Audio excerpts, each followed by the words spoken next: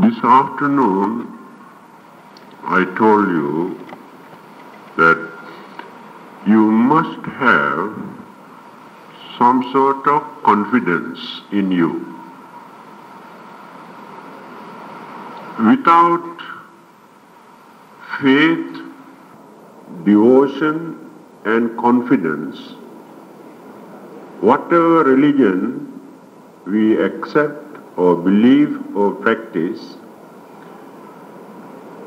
we won't be able to experience good results. Because religious teachings are not based on theories and views or opinions expressed by various philosophers or great thinkers or scientists or psychologists. Religious aspect is entirely different. Without devotion or confidence, if we accept a religion, that religion remains as a dry philosophy, not practical. So when you come to religion, there are two aspects. To do certain things and not to do certain things. These are the two aspects. So it clearly shows it is not a philosophy. To do is not very difficult, but not to do is very difficult. This is the problem. Remember, it is very difficult for us to control our mind not to do certain things. We can do good, but difficult to be good. These two things are entirely different. There are many who render a wonderful service to others. They can do good. But when you study their mentality, their way of life, their temperament, their moods, their character, personal character, you can understand. Actually, they are not good. But they do a lot of good deeds. They have different motive. In that motive, there is selfishness. To be good is difficult because we had to control our mind, we had to train our mind, we had to tame our mind, we had to culture our mind. That is not so easy. So a person who has done this and gained the highest wisdom, which is called enlightenment, we introduce as the Buddha. And he says, in simple language, how he gained his enlightenment. If not, how he become a Buddha. Usually, people believe, even amongst our Buddhists also, there are many who think that Buddha is a great thinker. The Buddha is a wonderful philosopher. Or he is a holy man. That's all. They know only this much. But there are so many great thinkers in this world, many great philosophers, and many holy men also in this world. But they are not Buddhas. We never go and kneel down and worship then why do we respect, we bow down, we worship, we offer in the name of the Buddha, a person who has passed away more than 2,500 years ago? Still we remember this great personality and bow down, pay our respect. One day, when the Buddha was going somewhere, he met a person who could not understand this person is the Buddha. His appearance, serenity, and complexion, when he considered all the great qualities and outlook, he could not believe that this person is a human being. Then he asked, may I know whether you are a god who came down from heaven to this world? Then the Buddha said, no, I am not a god. I remember the Buddha has rejected when others address him as the Buddha, I mean the God. He did not claim that he is a God, he is the son of God, he is a messenger of God, he is a prophet. No, I am the Buddha. He did not come to this world to convey somebody else's message. Then he asked, another kind of supernatural living beings? No, he said, I am very natural, not supernatural. Then, are you a man? No. It's wonderful. He said he is not a man also. Then he asked, who are you? Then the Buddha summarized within 3 lines. Here you can understand who the Buddha is, if you can remember. Abhinyeyang abhinyatang. This is the language spoken by the Buddha. 2,500 years ago, in northern India, this is the language they used. Some people use Sanskrit language. Some others use Pali or Magadha language. Abhinyeyang abhinyatang. If there is anything in this world for a person to understand, I understood or realized everything. Now this is the first quality. Bhavetabbancha bhavita. If there is anything for a person to practice as great qualities and virtues and the characteristics in this world, I have practiced all the great virtues, 10 perfections and morality and disciplines and precept and all the great virtues I have practiced. Pahatabbang pahinang me. I have eradicated, completely destroyed all the bad, evil, wicked, cruel, dangerous, harmful things.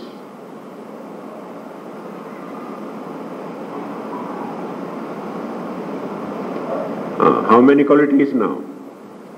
Understood everything. Practice all the great virtues and the good qualities. Eradicated all the evil things. Tasma buddhosmi brahmana. The person who asked this question is a Brahmin. He says, Brahmana, I am the Buddha. Here, he says, I am not a god. I am not a supernatural living being. I am not an ordinary human being. I am the Buddha.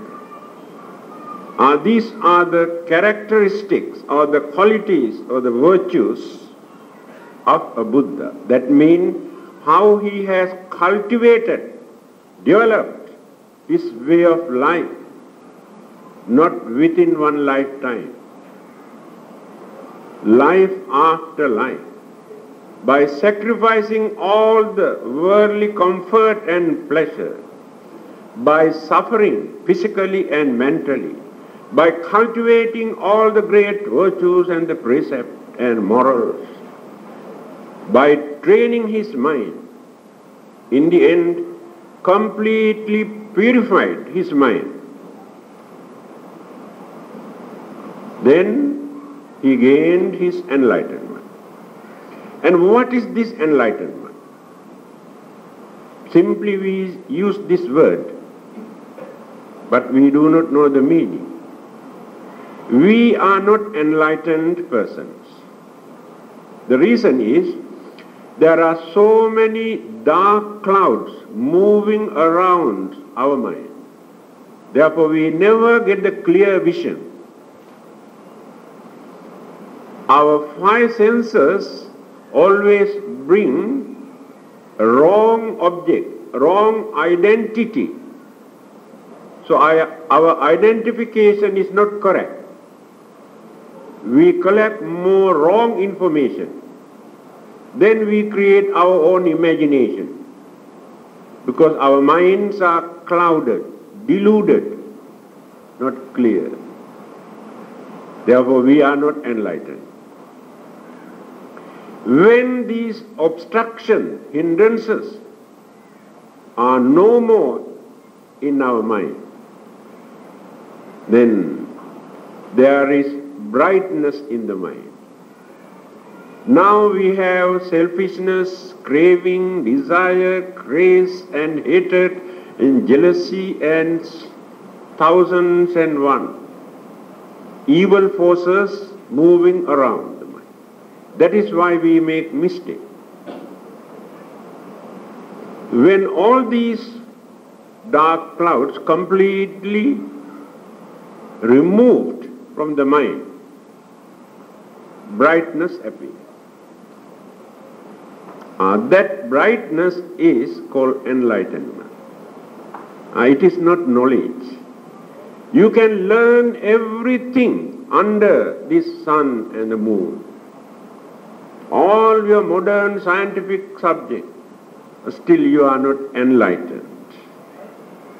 That is only knowledge. So knowledge is one thing, wisdom is another thing, enlightenment is something else. Remember, sometimes we gain wisdom, but that wisdom is not enlightenment. There are wise people who maintain very sharp thinking, penetrative knowledge to understand things.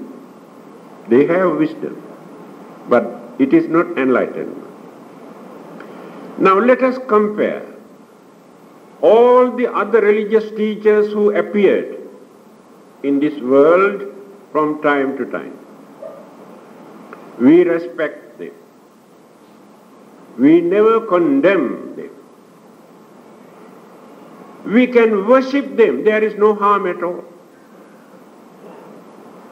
If you like, you can worship Jesus or Muhammad or Krishna or Rama or anybody, no harm at all. If you can respect them, you are cultured people. Because you know how to appreciate certain good qualities in them. They are not bad people. Then why should we hate them, discriminate them, criticize them? No reason. But we have different views. When you compare our religious way of life and their religious way of life, there are some differences. Even amongst the Buddhist community, how many differences are there? Although we respect them, we have no ground to introduce them, to accommodate them as Buddha. They are not Buddhas, definitely not. They are not enlightened. But they have so many other great qualities and virtues, we respect them.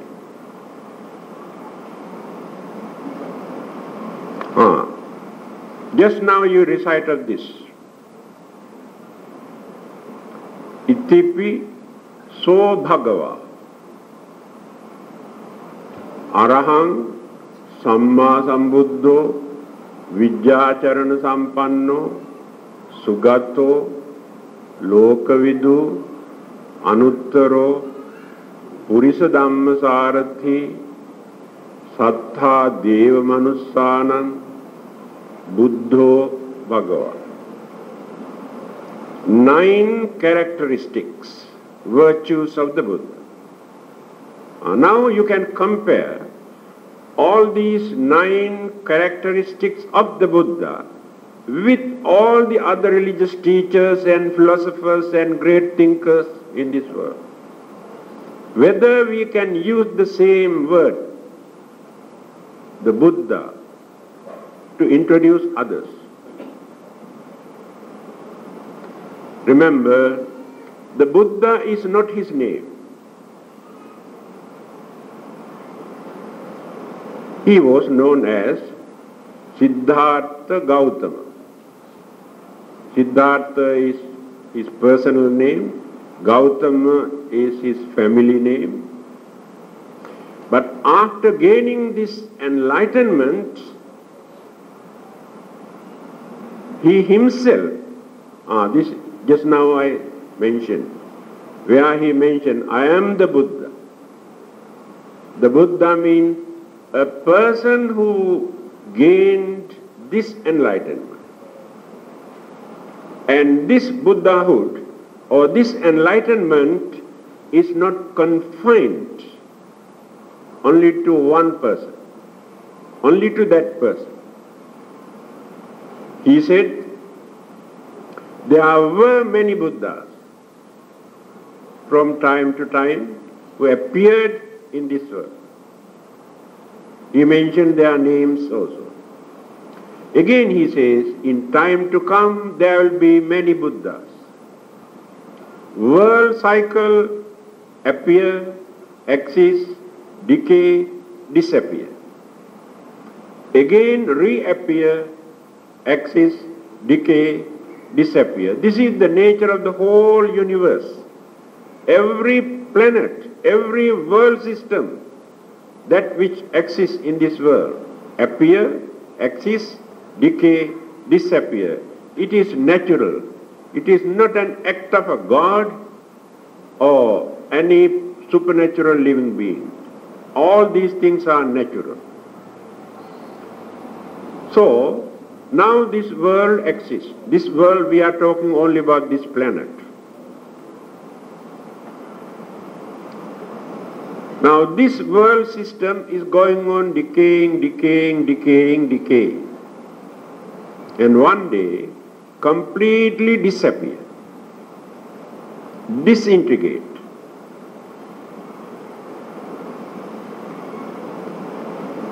Then, after we do not know how many millions or billions or trillions, incalculable period of time, again the dispersed particles accumulate, because the energies, magnetic power, gravity never disappear, no one can destroy.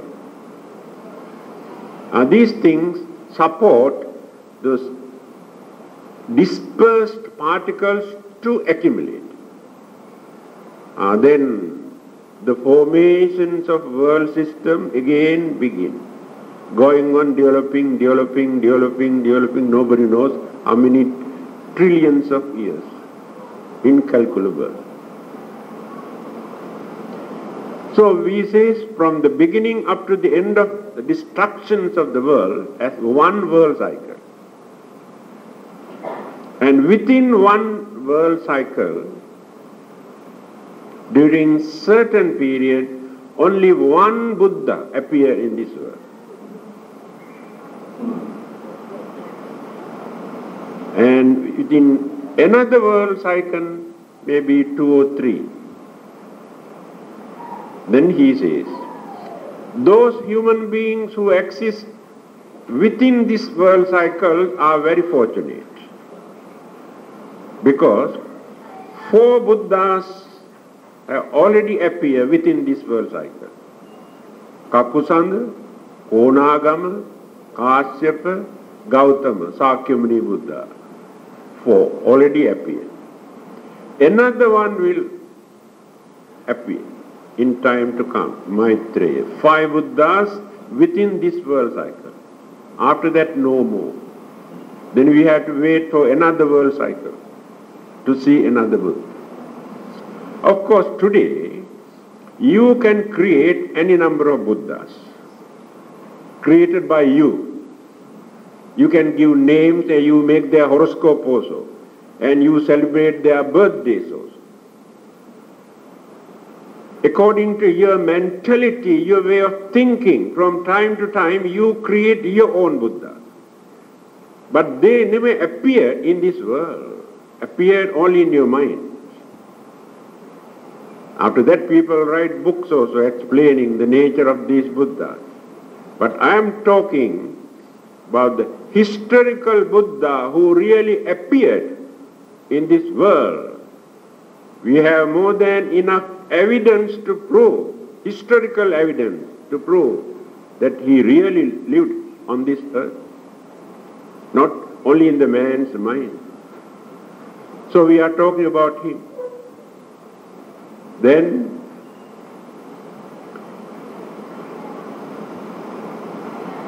Itipiso Bhagava. Bhagava is the word that we use for the Blessed One. Blessed One means Bhagava. Such indeed is the Blessed One. Itipiso Bhagava. Such indeed is the Blessed One. Then explain the 9 characteristics. First we take the word Bhagava, Blessed One. Now what are these qualities? The meaning of this word, Bhagava, is explained. The definition is given like this. Bhagga ragoti bhagava, bhagga dosoti bhagava, bhagga mohoti bhagava.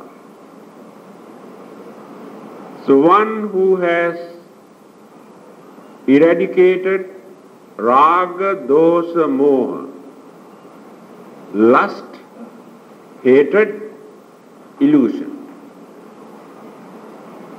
is called Bhagava, Blessed One. In our mind, all these 3 are working.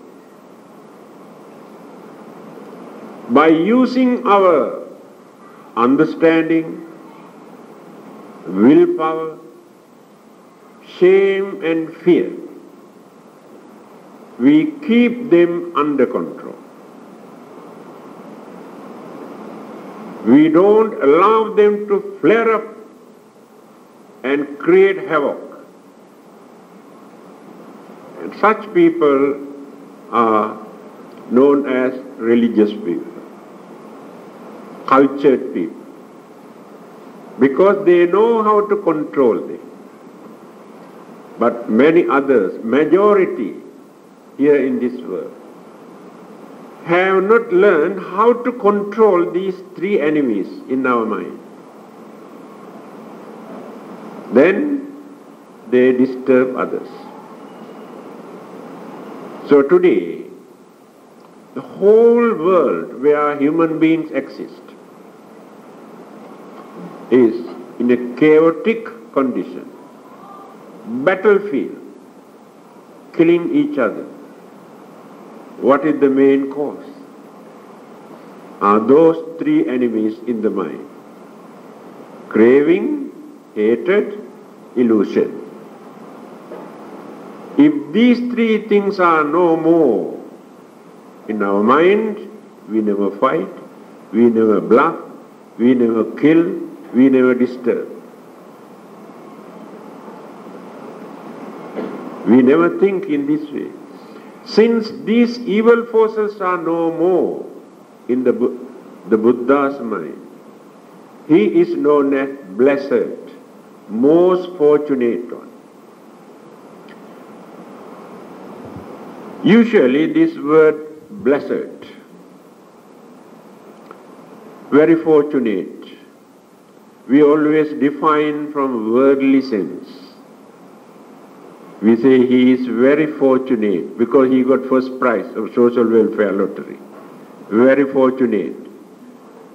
After a few months or 1 or 2 years' time, somebody come and kidnap him. Then become unfortunate. Our fortune is like that. But the Buddha's fortune is not like that. Nobody wanted to kidnap the Buddha. That is why he is very fortunate. He is blessed. We have a lot of worries, responsibilities, problems, fear, some sort of insecurity feeling in our mind. We are not happy. Always grumbling, thinking, lamenting, what to do. No confidence in us because of these disturbances. That is why we go and worship. Because of that fear. We go to this temple. If people say that temple is very powerful, the God, the Buddha in this temple is very powerful because he got 4 faces. Go and worship. You go and worship. Because of that fear.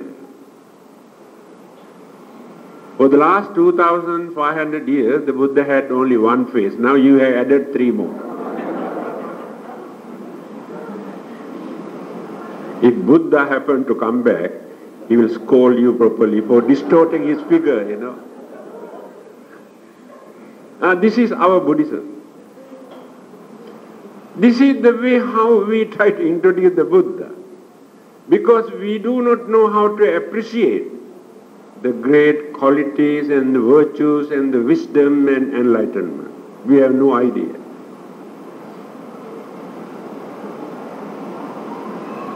Then, this blessed one,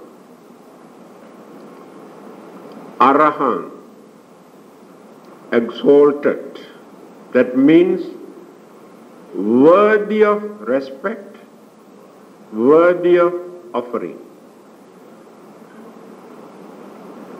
Arahant means worthy of respect. Another important meaning is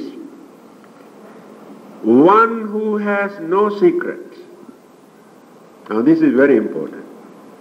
All of us have secrets.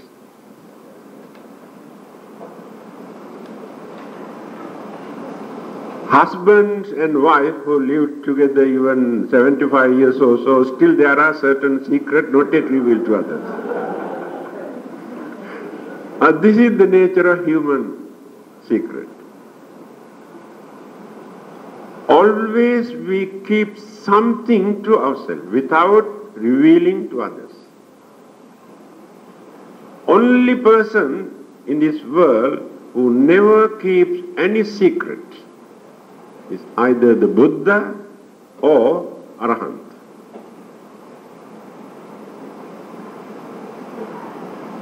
Free from secret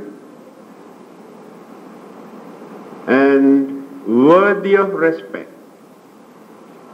Why do we say that they are worthy of respect? They have attained the highest wisdom, enlightenment, holiness, perfection, which we could not experience anything yet. We have not yet started even climbing the hill. We are at the bottom. But they have climbed the peak of the mountain, highest, by using their knowledge and effort and wisdom and understanding. So in appreciation of their highest achievement, we respect, we bow down. When we respect them, we appreciate these great qualities and virtues. That means create some inspirations in our mind that we too develop all the great qualities by following their footsteps. That is what we are trying to do. That is why you come here, to follow these footsteps, to cultivate certain good qualities and virtues, to learn something. Then you know how to appreciate. That is the meaning of worthy of respect. It is not out of fear of punishment, that we respect the Buddha. We do not worship the Buddha, thinking he is the most powerful one. If you do not worship him, he punishes us. He condemns us to hell. There is no such teaching in Buddhism. The Buddha never creates fear in your mind. Never tried to create some sort of fear to follow him. He also never tried to create temptation in your mind by illustrating beautiful paradise, fool's paradise. Follow me, worship me, believe in me, you will be in heaven. There is no such teaching in Buddhism. In spite, he says, you may worship me, you may follow me by holding my hand, still you are not nearer to me. You are very far away from me. There may be many others who have never seen me, but they try to cultivate their virtues, they try to train their mind by following my advice. They are nearer to me, but not you people. See, he has given this warning to his disciples, the monks. Although you live together in the same monastery with me, if you do not follow my advice, you are not nearer to me. So there is no point of simply worshipping me. A monk who was watching, admiring all the great qualities, complexions and the features of the Buddha, Venerable Vakkali. The Buddha asked, what are you doing here? He said, I am watching your beauty, admire, create some sort of happiness in my mind. Sometimes he used the word, the Buddha used the word foolish man. This is one of the occasions. He said, you are a foolish man. Kinte vakkali imina putikayena duggandhena sarirena. This is the way how Buddha says. Vakkali, what do you gain by watching my physical body? This is dirty, smelly, ugly. and subject to decay, what do you gain by admiring my physical body? See the Buddha's attitude. If another religious teacher, some other followers come and admire their beauty, he says, oh, definitely you will go to heaven. Then he said, Yo dhammang passati, so mang passati. One who sees my dhamma, my advice, sees me. Think for a while the meaning of this saying. One who sees the Dhamma sees the Buddha. This clearly shows that Buddha is not a person. Don't develop personality cult. Buddha means Buddhahood, enlightenment, embodiment of all the great virtues, qualities, wisdom is called Buddha. That's what the Buddha says. When you see Dhamma, you realize the truth. Through this understanding, you learn how to appreciate the Buddha who revealed this Dhamma. Then you create the real Buddha in your mind.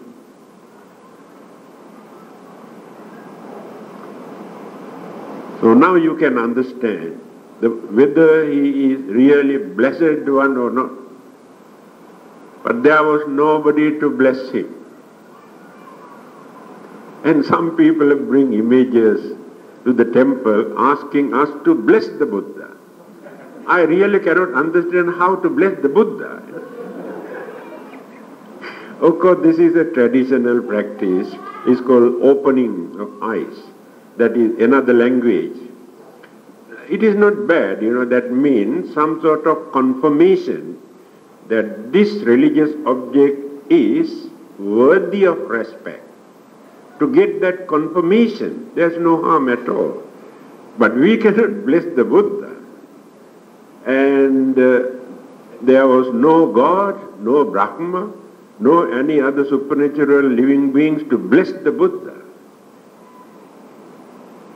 He, through his own effort, by gaining his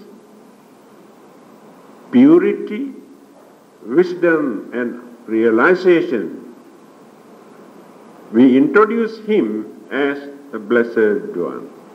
He is more fortunate than anybody else who exists in this world. His mind is completely free from all the other worries and problems and miseries that we maintain. One day, when he was going somewhere, during the winter, in northern India, the winter is very, very cold. He wanted to go and sleep in a house, but people refuse. They say cannot, because they do not know who this person is. During the Buddha's time, Buddhism was not very popular.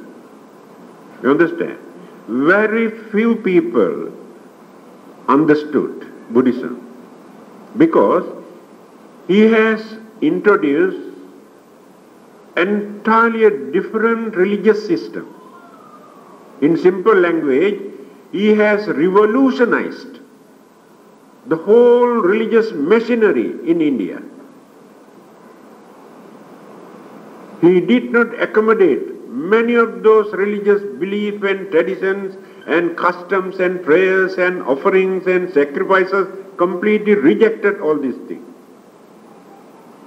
He wanted to introduce very rational, reasonable, respectable, meaningful religious way of life for people to lead, to practice as gentlemen, not as slaves or worms. Remember, in front of the Buddha, we do not behave like slaves or worms. And we have no fear, because he never said that he will punish you. That is what people could not understand. So very few people accepted Buddhism. But later, Emperor Asoka, 200 years after the Buddha, after becoming a Buddhist, he introduced this religion throughout the country and other part of the world also. So they did not allow the Buddha to stay in that house. They said sorry. So he had to go out. And no place for him to sleep. So what he did, he went to the jungle and spent all night in the jungle during the winter. Next day morning, when he came out, he met a prince who was having his morning walk, horse riding. Then this prince asked, "Where are you coming from?" He knew this person. The Buddha said, "I am coming from the jungle." "Where did you spend last night?" "In the jungle."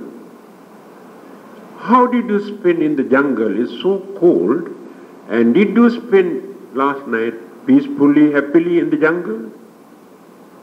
Then the Buddha said, "You must understand, not only last night, always I am happy, always I maintain peace in my mind, not only last night."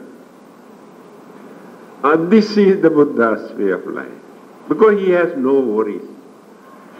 And he knows how to control his physical body through his mental energy.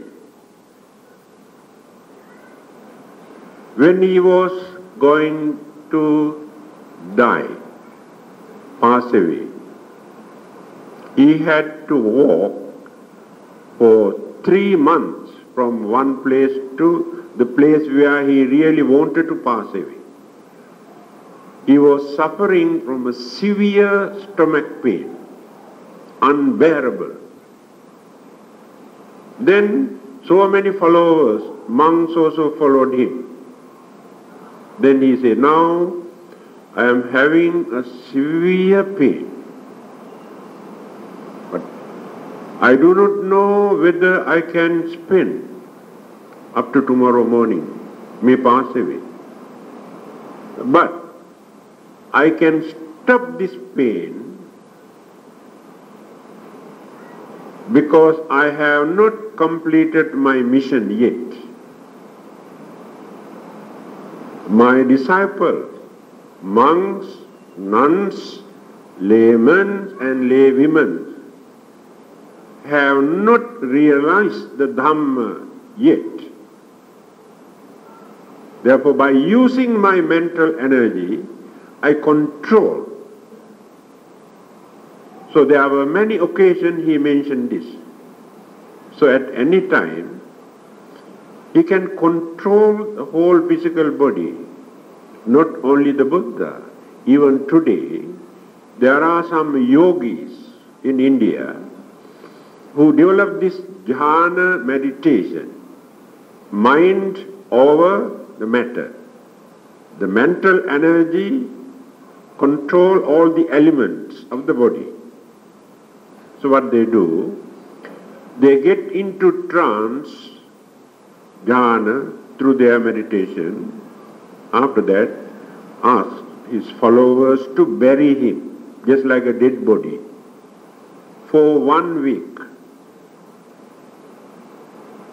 And during that time, they have done this, invited heart specialists from America and Germany and England and various other countries to see the heart condition of this person who was buried. So by using certain instruments, they found out no more heart beating. But we cannot imagine. Completely stopped. For 1 week, Medical science cannot explain this, cannot accommodate this. Those heart specialists also could not understand. This is the nature of the mental energy. What they do during that period, they completely control all the elements of organs of the body. Only pure mental energy is working there and maintain all the organs and the glands and everything, and no more heartbeat. Then the Buddhas and Pacceka Buddhas, when they wanted to experience Nibbanic bliss while they are living here, usually people believe that they can experience this nirvanic bliss, happiness, only after they are dead. This is the vast difference between Buddhism and other religions. All the other religions says you can experience heavenly bliss after you are dead. Nobody says that you can experience this heavenly bliss while you are living here.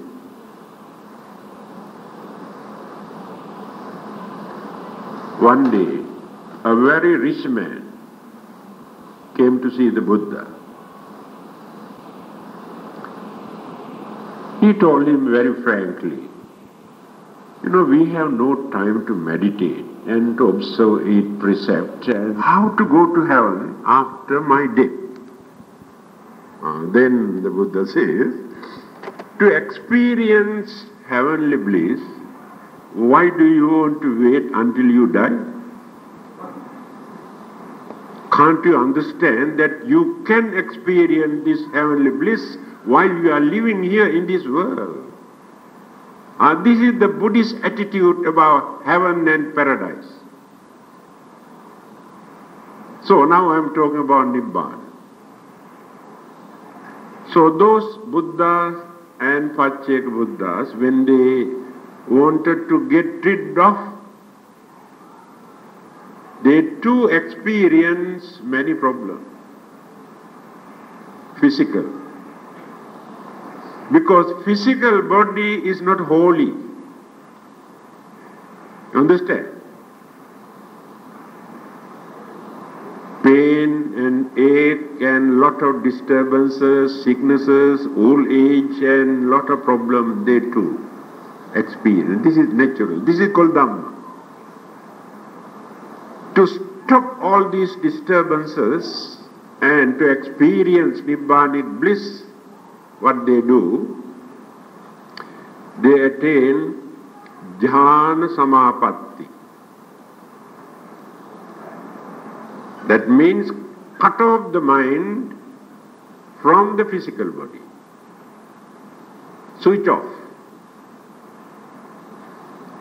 Now only mental energy is working in that physical body.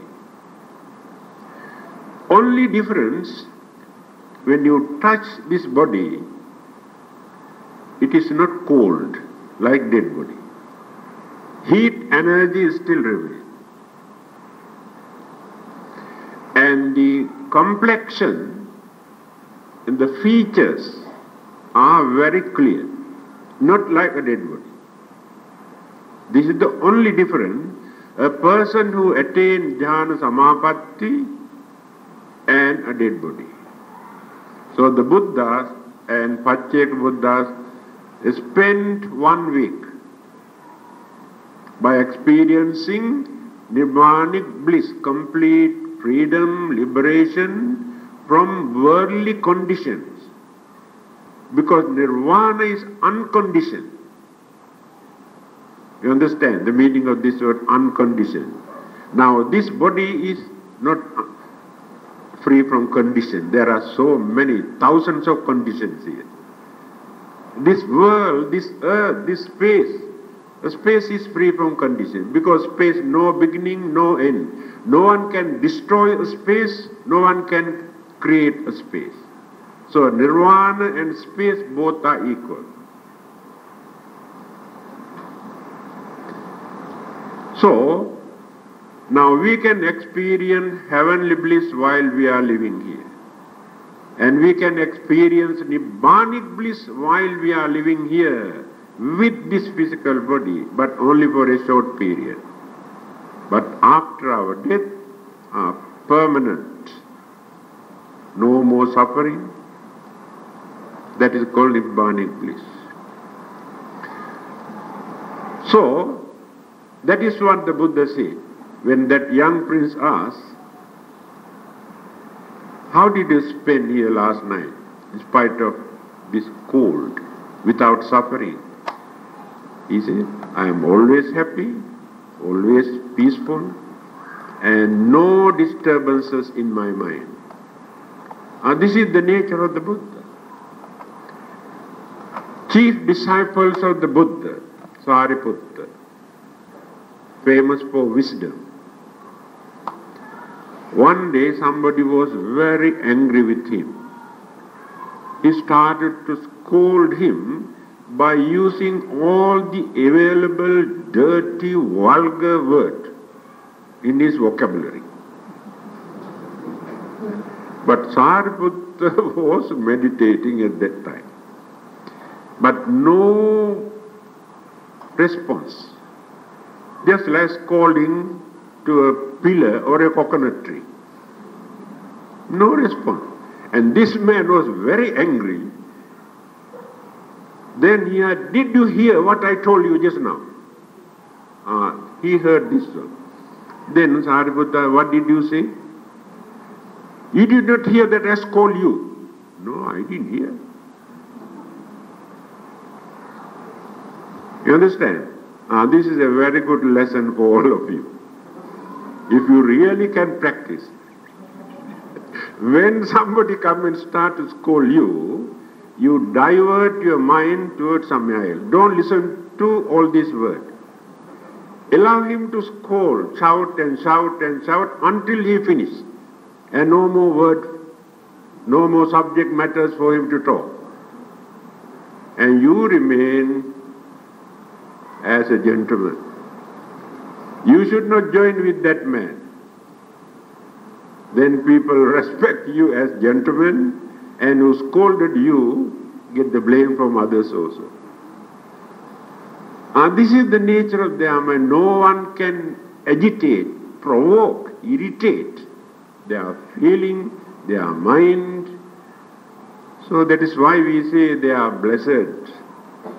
They have gone beyond all these worldly problems that we are facing. So Bhagava Arahang, so worthy of respect. Samma Sambuddho, another name. In fact, there are 45 names to introduce the Buddha. Each names convey one of the great characteristics of the Buddha. Buddho, Dasabalo, Sattha, Sabbanyo, Dipaduttamo, Munindo, Bhagava, Natho, Chakkuma, Angiraso, Muni, Lokanatho, Nadivaro, Mahesicha, Vinayako, Samantachakku, Sugato, Bhuripanyocha, Maraji, Narasiho, Naravaro, Dhammaraja, Mahamuni, Devadevo, Lokagaru, Dhammasami, Tathagato. We can use any of these names. Here only 9. The Buddha, when he talk about him, he used 2 words, Tathagata or Bhagava. When you read Tripitaka, Sutras and Discourses, always he says, Tathagata says like this. Tathagata means the Buddha. If not Bhagava, let us recite one of the sutra, say Mangala Sutta. Evam me sutang ekang sabayang bhagava. Savatthiyang viharati jetavani. When the Bhagava was staying Savatthi Jetavana monastery, more than 75% places use the word Bhagava, blessed one. The Buddha used the word Tathagata, says like this. Example, Tumhe hi kichang atappang akkhataro Tathagata. You had to work for your salvation. Tathagata says what to do, how to gain this. This kind of advice. Very seldom he used the word Buddha. At the beginning I told you how he introduced to that Brahmin, therefore I am the Buddha. But later he always used the word Tathagata or Bhagava. So my duty is to tell you how to gain your salvation, liberation, freedom.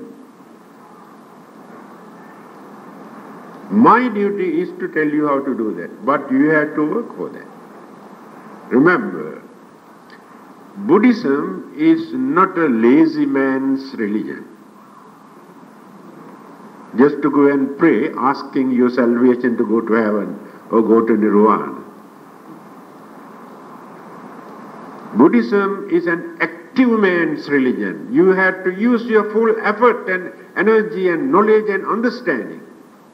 Simply by worshipping and praying, you won't get that. This is the way how Buddha has introduced this religion. Otherwise, today I think in this world, majority here in this world follow the Buddha. If he had uttered this word,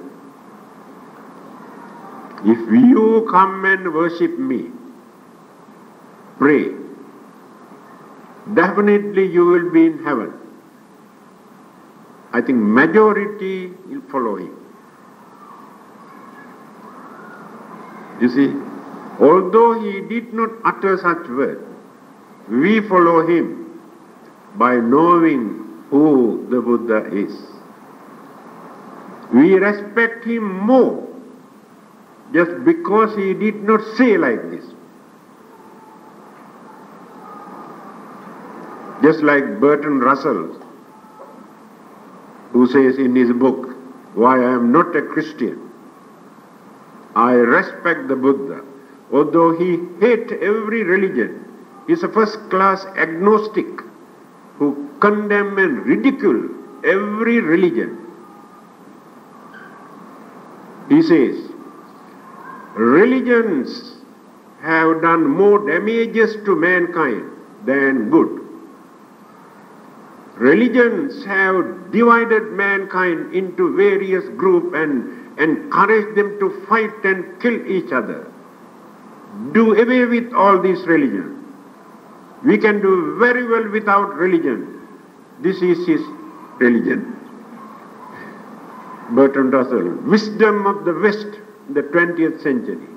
Remember, he is not a fool. He is not a wicked man. But even then, what this man says,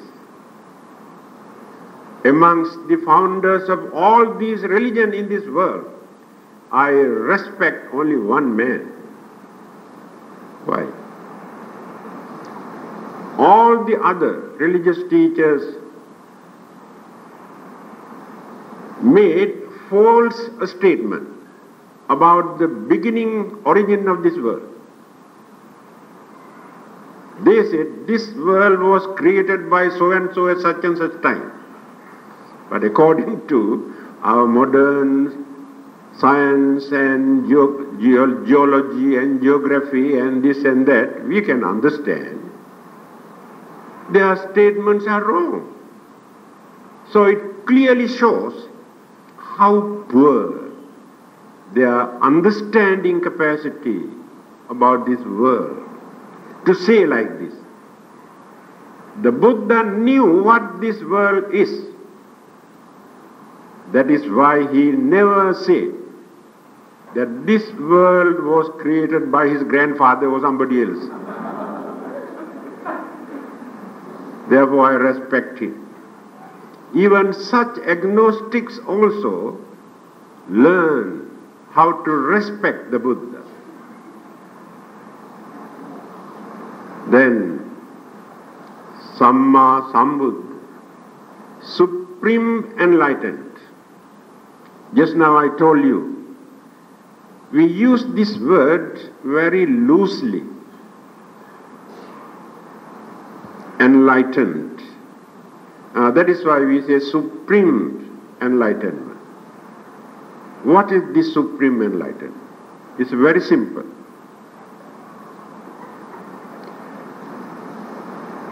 A realization of the Four Noble Truths. Then you can say, we also can understand Four Noble Truths. We know the suffering, cause of suffering, and the suffering method to gain the Four Noble Truths. Not only Buddha, we also know. Then what is the difference? Isn't it? Your knowledge is only a theory. You have memorized the list. You can repeat. You know only that much about the Four Noble Truths. Without using the book's language or textual language, I can tell you in brief the real nature of Four Noble Truths. Then you can understand. First thing, we do not know why we are here. And we do not know why we cannot satisfy with our life, with this world. We create our own imaginations, our own story. We cannot understand. So we are in the dark as far as the first noble truth is concerned. So understanding of this, why we are here, why we cannot satisfy with this life, why we always grumble and accuse, then you realize it. Second one, if we admit we cannot satisfy with this life, we cannot satisfy with this world, we cannot satisfy with worldly conditions and situations, then there must be a cause. What is the reason for this? Then religious groups try to console us, telling all sorts of stories. Some people say, we suffer today because we have original sin. Because of that original sin, we had to suffer. Then some others ask, what is this original sin? Who created this original sin? A human being. Right. What about animals? They also suffer from sicknesses, old age, death, and so many problems. They too fight. Is it due to their original sin? Usually the dogs and cats and all those animals don't eat apples, did it? To create the original sin. We never use our common sense. Right, leave them alone. What about the plant life? Plant life also experience sicknesses, old age, and death. Is it due to their original sin? Because that is also life. So many others reject that belief. Some others say, oh, it is natural, that's all. But that is not the answer.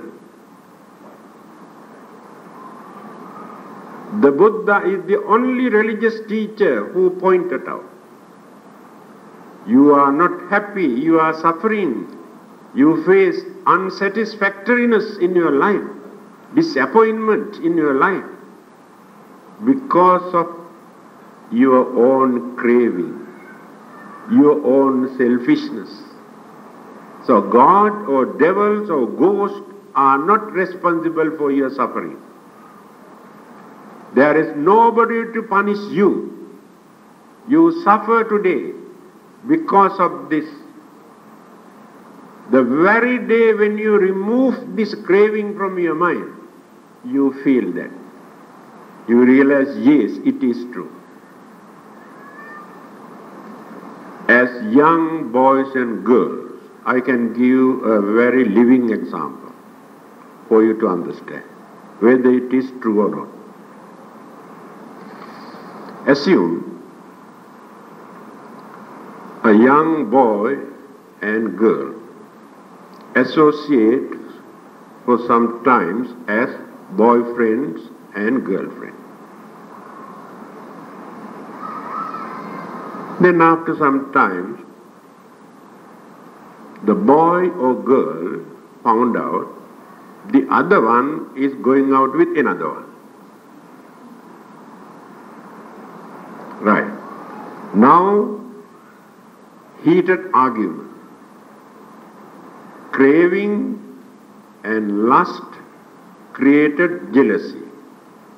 Jealousy created anger. Anger created heated argument. After using heated argument, they could not agree with each other. Anyway, one of them said, all right, I give you time. If I happen to see you are going out with another one, that is the end of it. And again, same thing has happened. All right. Now there is no reason for us to fight. Let us agree to disagree. No more connection with you anyway. You can go with anybody to whom you like. I must have freedom to go with anybody whom I like. Separated wholeheartedly. Now no more craving in that mind.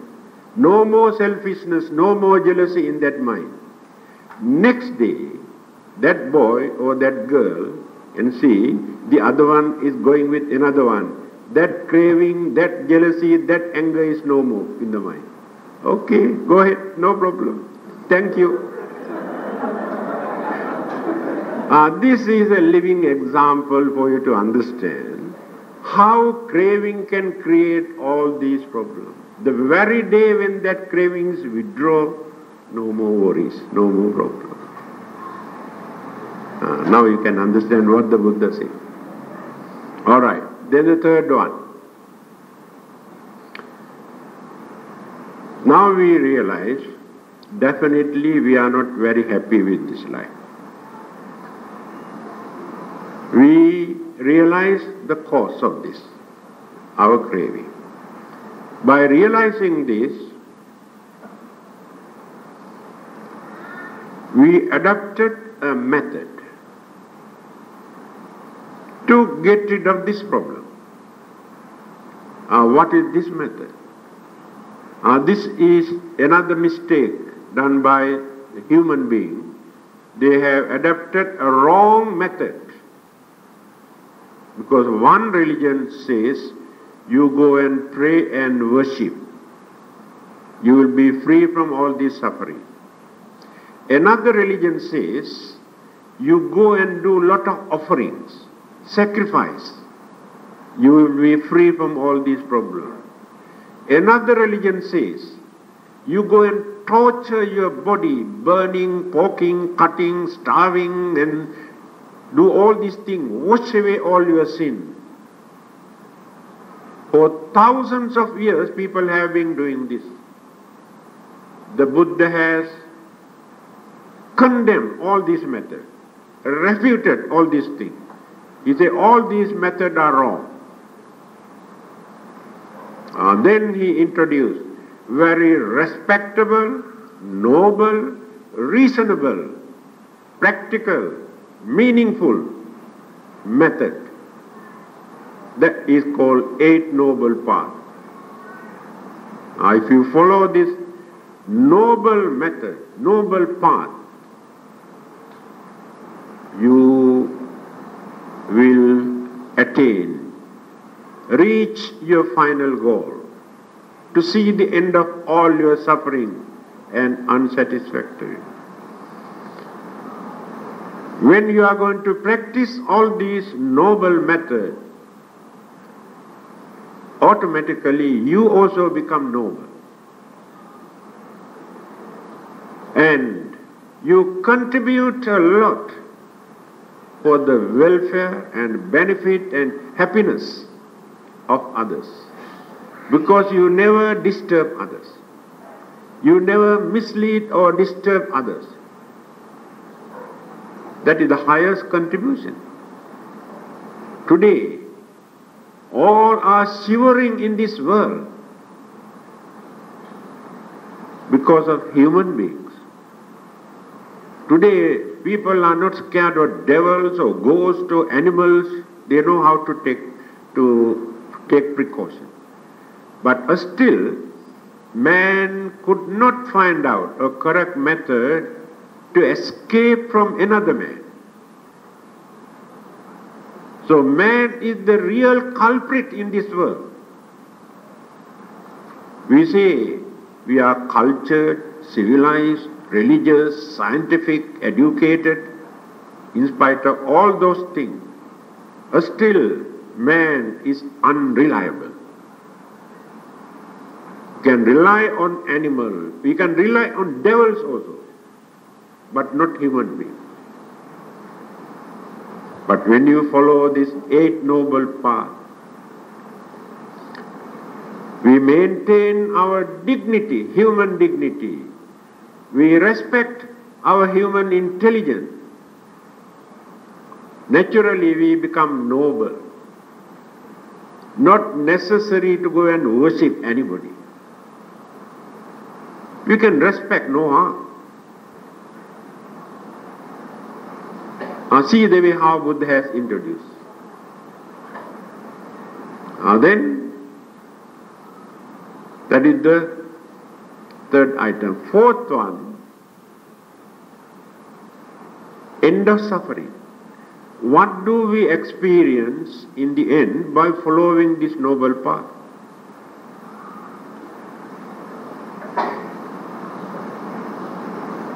We will be free from all our mental and physical problems that we are experiencing every second, every minute in our life. Always we feel some sort of uncertainty or insecurity. This is the biggest problem. Until we reach that final goal, we maintain fear, suspicion, all the other problems. Then, birth, sickness, decay, death. Worries, miseries, problems, troubles, calamities. Life after life, we are going on fighting. Fighting for living. For what purpose? In the end, we gain more frustration, more disappointment. Let us take every living being on the earth and in the water. How all those living beings survive, exist. Now you can understand why the Buddha says existence creates suffering. We never think deeply. You can go and observe in the jungle. You can see what is happening in the sea, in the water, and what is happening on the earth.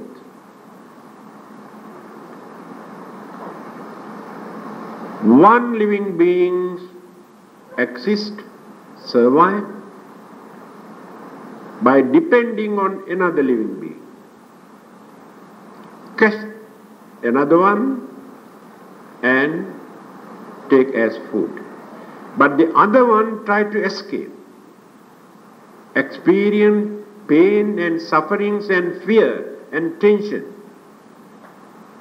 When you see a cat catch a rat, what a big battle. A snake catch a frog, how they struggle. You know, Prince Siddhartha, when he was a young boy, before the ideas, understanding developed in his mind, one day when he was sitting in his garden, he saw suddenly a snake came and caught a frog. Or this lizard. And the frog started to struggle. The snake tried to swallow. When this fight was going on, the big birds came down and taken away the snake with the frog still in the mouth. Then that has become the turning point for him to think very deeply. And this is the nature of existence in this world. All the other living beings also. If another man happened to see that bird, he will come and kill the bird. Then three of them. So every living being exists like this. It is a big battle for their survival.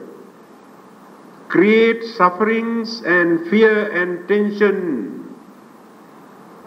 Then where is freedom?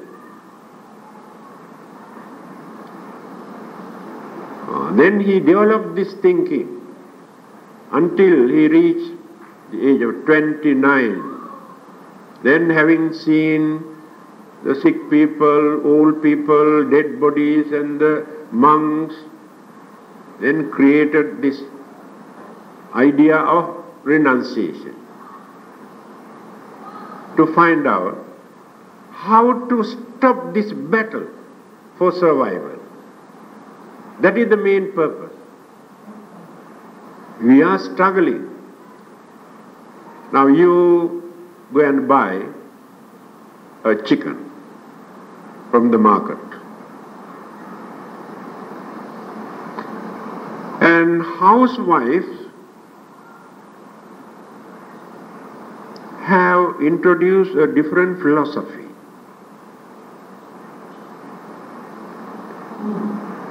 What they say, when they want to cut the chicken, they say, you are a poor animal. I don't like to see that you are suffering here. I want to release you. So I cut you. So after that, you can go to heaven, but I wallop you. Very nice philosophy. Very kind, you know. They want to release their suffering. See the way how we distort things according to our own satisfaction. So what I am going to tell you here in this Four Noble Truths. Understanding of these four items is not so easy. So when this real nature situation, the cause and effect are understood, that person is called the Buddha. He is the Blessed One. So far I have explained only two words. Three. Bhagava, Arahang, Samma Sambuddha. I don't think I got enough time to explain the other item. Vijjacharana Sampanno, Sugato, Lokavidu, Anuttaro, Purisa Dhammasarathi, Sattadeva Manussanang, Buddho Bhagava. Arahang Samma Sambuddho. Vijjacharana Sampanno. This is also combinations of two great qualities. What is that? Knowledge or wisdom and virtues together. Wisdom and virtues, combinations of wisdom and virtues together is called Vijjacharana Sampanno. This you can understand. When you study the personal character, temperament, attitude of various other religious teachers and other great philosophers who appear in this world, their wisdom is excellent. What about their virtues? Many of them were hot-tempered. Some were jealous. Some had selfishness. Some had very strong egoistic ideas. They had wisdom, but little bit of virtues.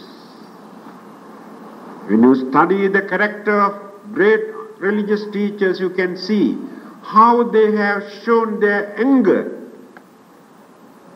A holy, perfect religious teacher has no ground to show anger, because cannot create that anger. If that person is holy, cannot create that anger.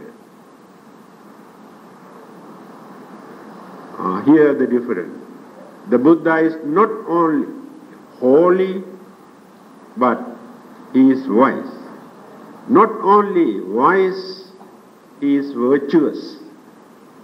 So the virtues and wisdom combined together.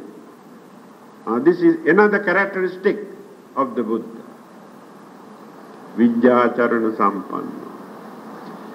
Sugata. Well gone. Well gone means one who has departed from this world after fulfilling or after rendering a wonderful service to mankind. That is the meaning of well gone. So many others depart from this world after massacring millions of human beings, like Hitler in Germany or Mussolini, if not Idi Amin in Africa. After massacring millions of human beings, they also departed from this world. Some others have given philosophy, psychology, or discovered scientific method. And things that they have discovered contributed something for the mankind, but human beings misuse, abuse. Let us take atomic energy. Scientists have discovered for good purpose, but today, world disaster, the destructions of the whole world take place because of this discovery of atomic energy. This is the nature of their discoveries. So they contributed more toward the destructions of the world. But the Buddha's discovery is nothing, in his discovery is nothing for us to misuse or abuse, to disturb, to destroy, to discriminate another living being, not only human being, even animals also. We give freedom to animals also.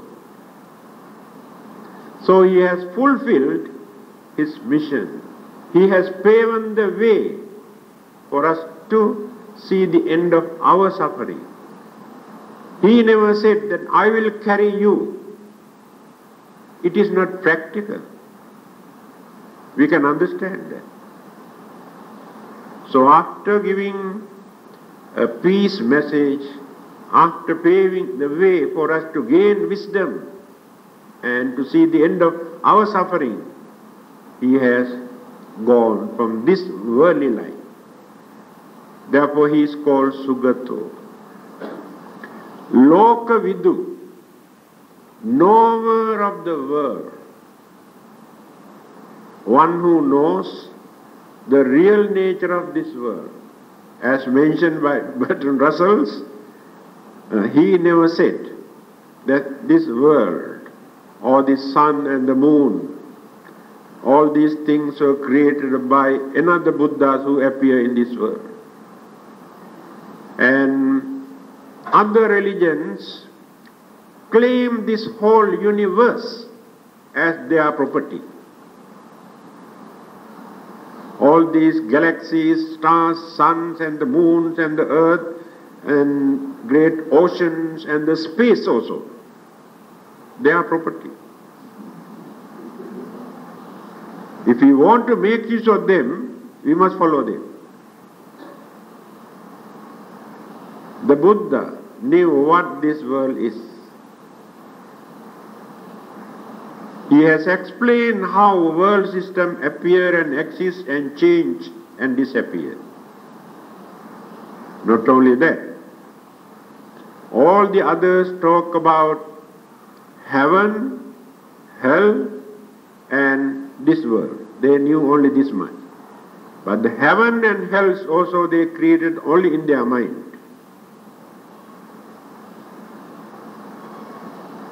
The Buddha, Kamaloka, Rupaloka, Arupaloka, the whole universe, he divided into three. Kamaloka, sensual world. Rupaloka, fine material world. Arupaloka, immaterial world. Others had no idea about this. Now, animals, human beings, devas, and some of the Brahmas belong to this Kamaloka, sensual world. That means crazy for worldly pleasures. Now we are crazy for worldly pleasure. We want to indulge, entertain our senses. We are fighting because of this. Animals fight because of this. Devas also fight because of this. Ghost spirit also fight. When they fight, you have to suffer.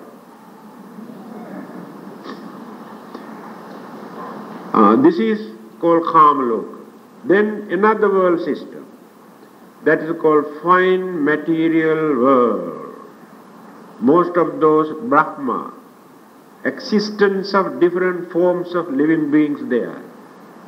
But their way of life is not like ours. They have reduced the crazy attitude of indulging their senses. They can maintain more calmness, peace, contentment in their life. They don't fight like us for pleasure. Then Arupaloka, immaterial. Formations of physical body is not visible. Elements, combinations of elements, but life is there. Others had no knowledge about this. Kamaloka, Rupaloka, Arupaloka. That is why he is called knower of the world.